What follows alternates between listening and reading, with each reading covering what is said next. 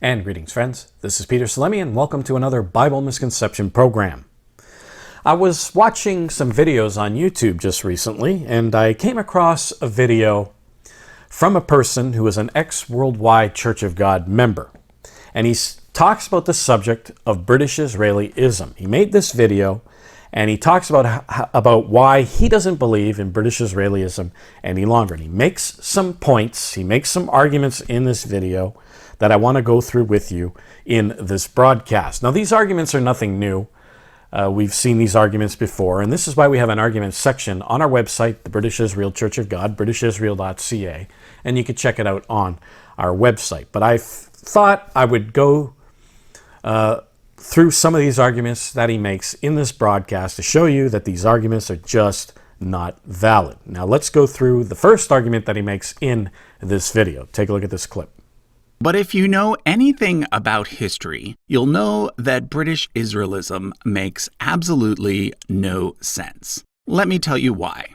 First of all, the lost 10 tribes were never really lost. According to what we know from archaeology, after their defeat at the hands of the Assyrians, the vast majority of the northern kingdom's population simply migrated south and joined the kingdom of Judah. All right, so the first point he makes is that archaeology shows, now notice there's no source that he cites. He doesn't even put up the source on the screen. He just says, according to archaeology, when the Assyrians came in and defeated the northern 10 tribes, the vast majority of them all migrated down to the kingdom of Judah. And of course, at that time, the kingdom of Judah was Judah, portions of Benjamin, and of course the Levites, of course, were scattered throughout all of Israel. So part of the Levites as well. And he says that the vast majority of them migrated down to the kingdom of Judah. Is that what archaeology shows us? Now, he doesn't cite any sources. I could show you just one source here from Ancient Records of Assyrian Babylon by D.D. Lucenbill, page 292. This is what the Assyrian records say. The king of Assyria says this: the border of Bit-Humira, which is what they called the land of Israel, they named it after, the Assyrians called the land of Israel after their king Omri. Bit-Humira, the land of Humira, the whole land of Naphtali, the land of Bit-Humira, all of its people together, I carried off to Assyria. That's what the Assyrians say. The king of Assyria said he carried the whole population away into Assyria, which is what the Bible says in 2 Kings, the 17th chapter.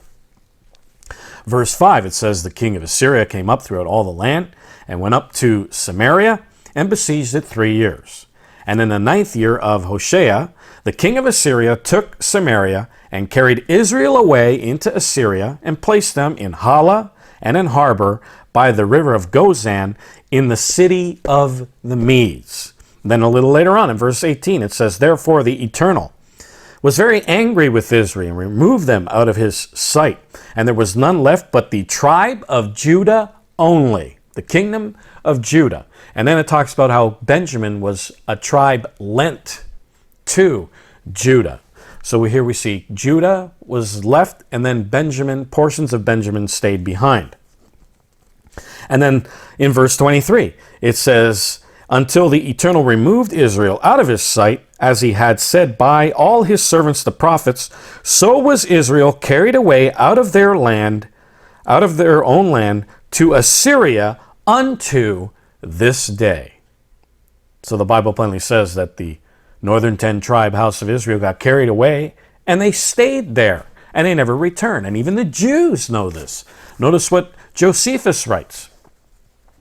And this is in the 1st century AD. He says, the entire body of the people of Israel, talking about the 10 tribes, remained in that country, the country of Assyria. Wherefore, they are but 2 tribes, that's Judah and portions of Benjamin, in Asia, the Middle East, and Europe, subject to the Romans. That's the Jewish diaspora in the Roman Empire, in the Middle East. While the 10 tribes are beyond the Euphrates till now. That's, of course, 100 AD. And are an immense multitude, and not to be estimated by numbers. First century Jews knew that the 10 tribes were in their homeland, in their new homeland of Assyria. They were a huge multitude, and there they were between the Black and the Caspian Sea. The Jews knew it, but this person claims that no, archaeology, I don't know what source he's citing, says that the vast majority of the Jews came down, the vast majority of the house of Israel came down and joined the kingdom of Judah. And it's simply not true. Now let's go to the next point that he makes. This is why the southern kingdom's population suddenly exploded at this point, and why the priests living in Jerusalem at that time started to compile, write, and edit what would eventually become known as the Torah, or the Pentateuch. Although the details are still being worked out, biblical scholars have known for well over 200 years now that the so-called 5 books of Moses were not actually written by a single author, but are rather a collection of several older documents that were edited together over time in an effort to create a unified story. And the reason why a unified story was needed had to do with the fact that what had originally been 2 separate kingdoms suddenly ended up becoming one kingdom, and the northern Israelite traditions had to be integrated into the southern Judahite traditions.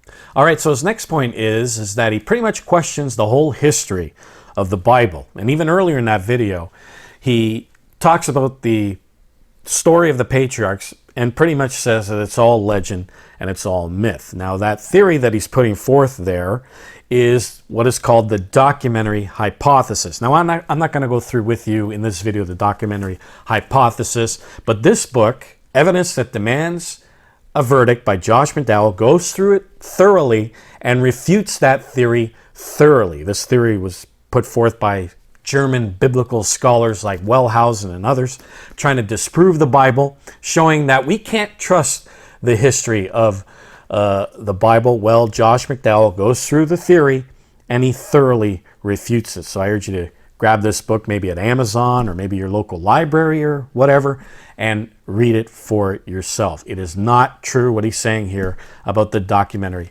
hypothesis. Let's go to the next point. But for now, let me just say that it is clear from several textual sources that the people who lived in Judea during the Second Temple period considered themselves to be comprised of members from all 12 tribes of Israel, not just 1 or 2. Consider this verse from Ezra chapter 6, verse 17, which says, "And they sacrificed for the dedication of this temple 12 goats as a purification offering for all of Israel, according to the number of the tribes of Israel."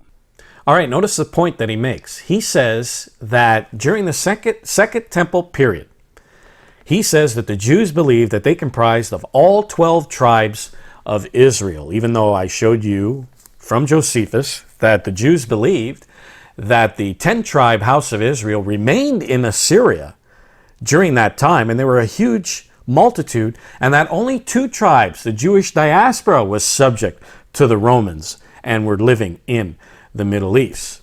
So this is what the Jews believed during the time of Josephus. Yet he claims that in the Second Temple period, the Jews believed that they were comprised of all 12 tribes of Israel. Then he cites Ezra, the 6th chapter, verse 17. Now, isn't it interesting that he uses the Bible to justify his claim? Meanwhile, he says that the Bible is not true history, that it's something that we can't rely on. Isn't that interesting? But he uses Ezra, the 6th chapter, verse 17, that says, "And offered at the dedication of this house of God 100 bullocks and 200 rams, 400 lambs, and for a sin offering for all Israel, 12 he-goats, according to the number of the tribes of Israel." Now, they say that's proof that all 12 tribes were there. But no, it is not. This is a sin offering for all 12 tribes of Israel according to the number of the tribes. That is not proof that the 12 tribes were there. Notice what Whelan says in his book, God's Covenant People, page 15. He says of the scripture, he says, "Why not? My father-in-law has the habit of always praying for absent family members during blessing at mealtime. Ezra was basically doing the same thing. He made an offering for all Israel, the 2 tribes present, and the remaining 10 who were absent, to verify that this was an accepted practice. Notice the text.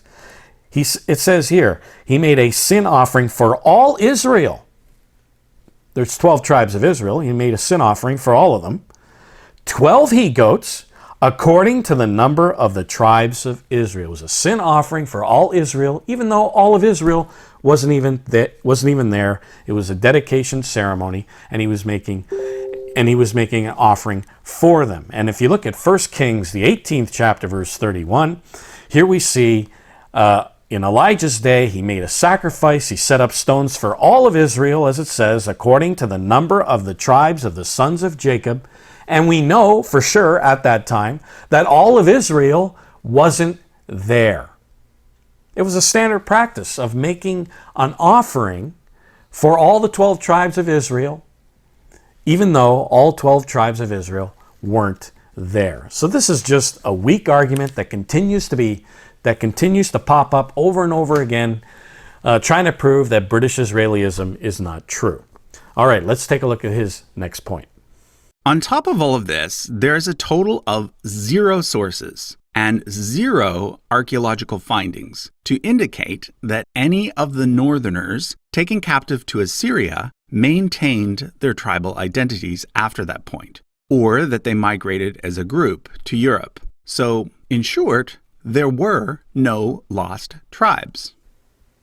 All right, so this next point he makes is that there is no evidence whatsoever when the house of Israel got taken away into Assyria. There is no evidence that they maintained their tribal names, and that there is no evidence that a group called Israel from Assyria migrated up into Europe. Remember, he believes that the vast majority of the house of Israel joined Judah. He doesn't believe that they got taken away into Assyria, even though history shows that they did. Now, this so-called argument that he makes, that there is no evidence that they maintained their tribal identity, is absolute proof that they are lost. See, what he doesn't understand is that the Assyrians called the house of Israel by different names. They didn't call them Hebrews, they didn't call them Israelites. Instead, they named them after their king Omri. And you look at the Assyrian tablets and you will see that they called the Israelites the people of Omri. They called the land of Israel the land of Omri. And when they got taken away in the Assyrian captivity, that name stuck with them. And because the Israelites were taken away, they lost the knowledge of God, they lost the knowledge of the Sabbath, and God says, when that happens, you will lose your identity. And that's exactly what happened. So them losing their tribal identity proves that they are lost. And when you look at history, you will find that the Assyrians called the Israelites Bit Cumri, the Kimbric peoples, the Cimmerians, and in the Cimmerians was another group called the Scythians, and these 2 tribal groups, you can prove, migrated up through the Black and the Caspian Sea and migrated up into Europe. So there is proof that as a group, they migrated into Europe, but they had different names, different tribal names put on them by their enemies, and because they lost the knowledge of God, lost the knowledge of the Sabbath, those names stuck with them and they became lost. Let's look at the next point.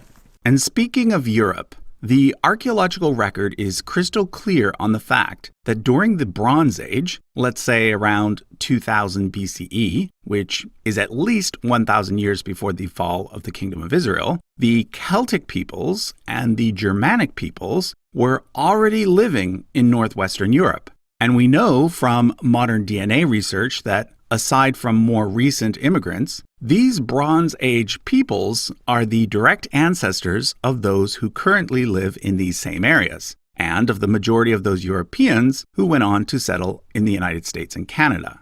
In addition to this, there is absolutely no evidence in the archaeological record or in DNA studies to indicate that a group of people from the Middle East entered this area, replacing the previous inhabitants during or after the Iron Age, which is when the so-called Lost 10 Tribes were supposedly lost. In other words, there is an archaeological and genetic continuity in northwestern Europe that is very, very old. All right, the next point he makes is that the Celts and the Germanic peoples, which are the Scythians and the Cimmerians were known by the Greeks as the Celts. He says that these people were already in Europe when the Israelites were dwelling in the Middle East. Therefore, the Israelites cannot be the Celtic peoples. And then, of course, he cites DNA studies. However, this is an old theory that's been discarded. New studies have shown with DNA that the Celts did migrate from the Middle East to Europe. I want to show you this clip that actually proves that fact. Take a look at this clip. Historians have traditionally seen the Celts as just another Germanic tribe that migrated west from Central Europe. But a relatively new scientific study has found genealogical evidence to the contrary. Dr. Mark Jobling from the Department of Genetics at the University of Leicester published a journal on the Y chromosomal lineages of the Celts.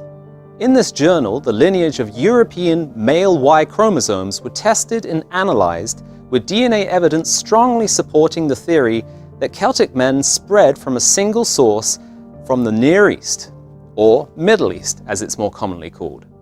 What is fascinating about the findings in this journal is that the route in which the migration occurred is entirely mappable.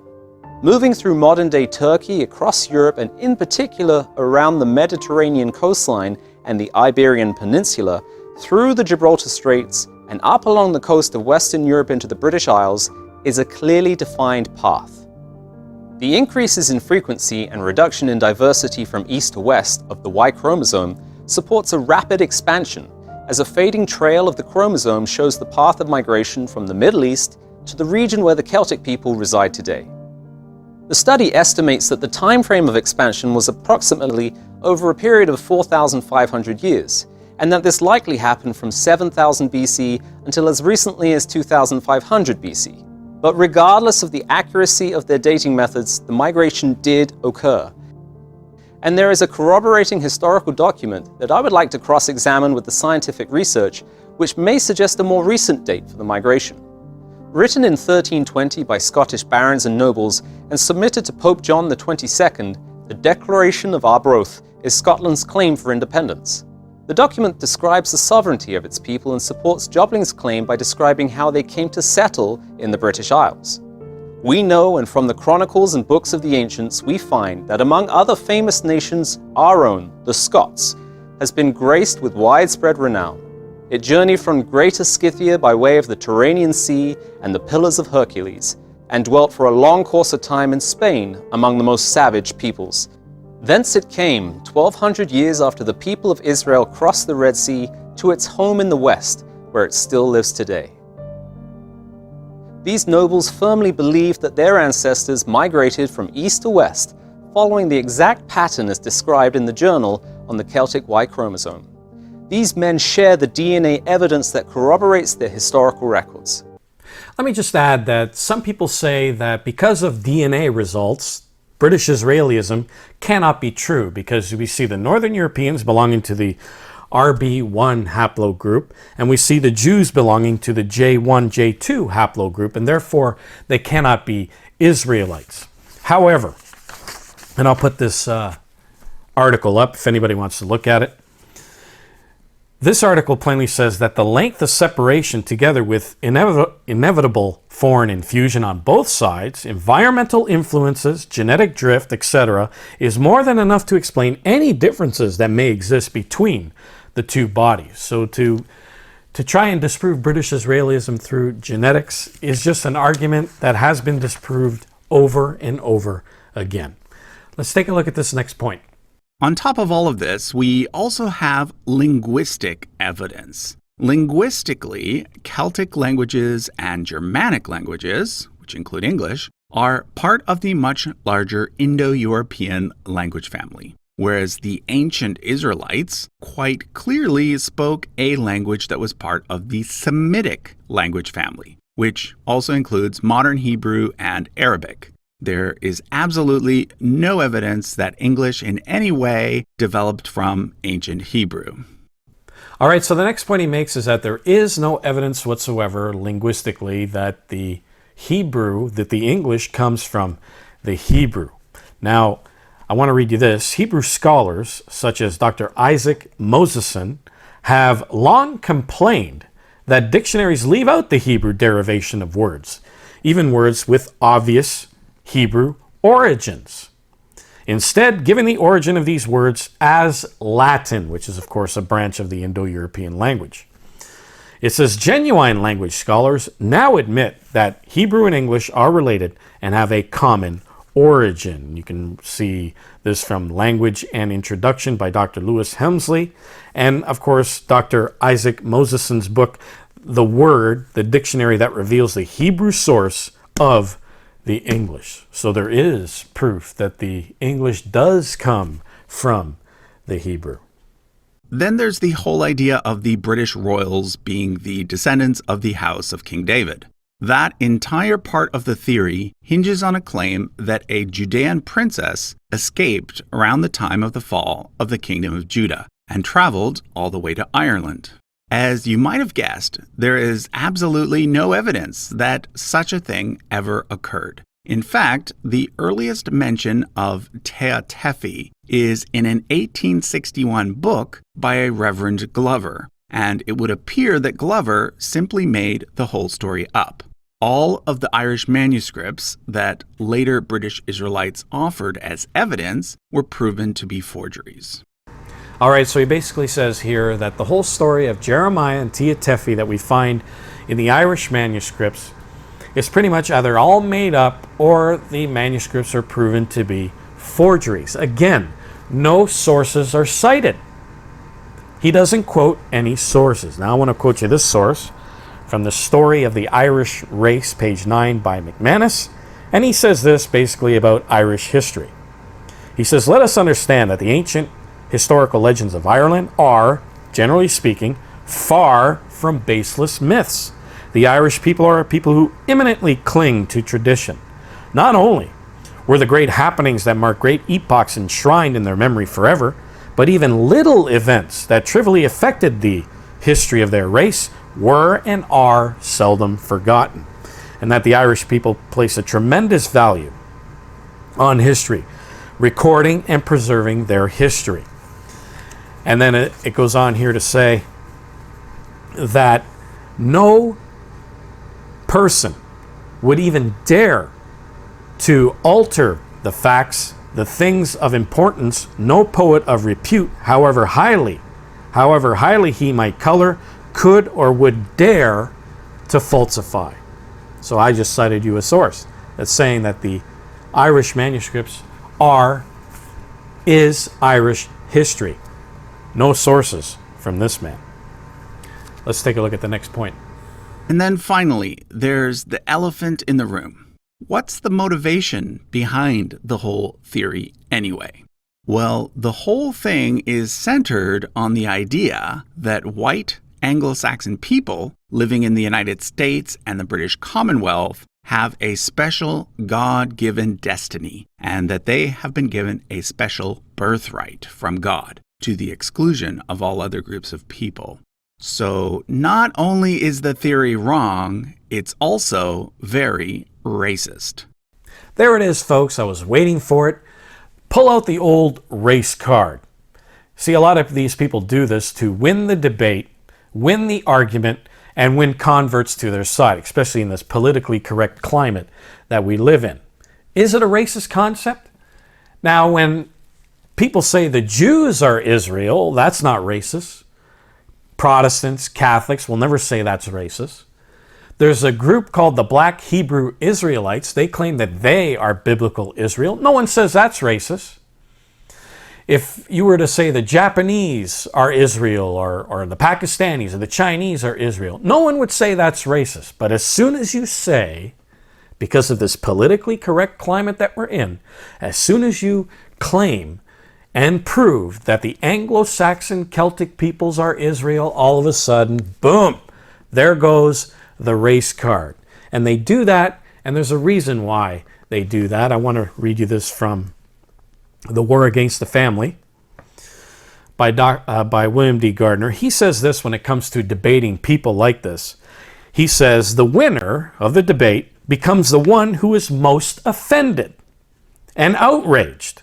Or, if that doesn't work, he'll be the one who can most successfully label the opponent a bigot or a racist or a sexist. But such labels are always the first sign of a lazy mind. As we saw in this video, no sources were cited. He would just say, archaeology says, or this is proven to be false or forgeries. But no sources were cited. He really didn't look into this. He didn't really look into British Israelism in great detail. So he'll pull out the race card and he says this is the first sign of a lazy mind. And I think we've demonstrated that in this video. Is it a racist concept? Absolutely not. God chose Israel and they are chosen. They are not favored for a responsibility to be a light to the nations, to help the heathen races of the world see the light, to be a missionary people, to help people and so on. It is not a racist concept, no matter how many times they say it. So in conclusion, I believe that in this video, we have proven, and not just with this video, but other videos and also our literature. I urge you to read our booklet, The United States and Britain in Prophecy, and go to our arguments section where we deal with a lot of these arguments that these people use to try to disprove British Israelism. I believe in this video and in our literature, we have proven that we are the house of Israel. And I also urge you to go to another website, and I'll put the link in the YouTube player as well, called britam.org by Yair Dividi, who I had the privilege of interviewing a few years ago. And he goes through in great detail with many, many sources proving that we are the house of Israel, and it proves that your Bible and the biblical prophecies are true. This is Peter Salemi saying goodbye, friends. I'll see you here next time on the Bible Misconception program.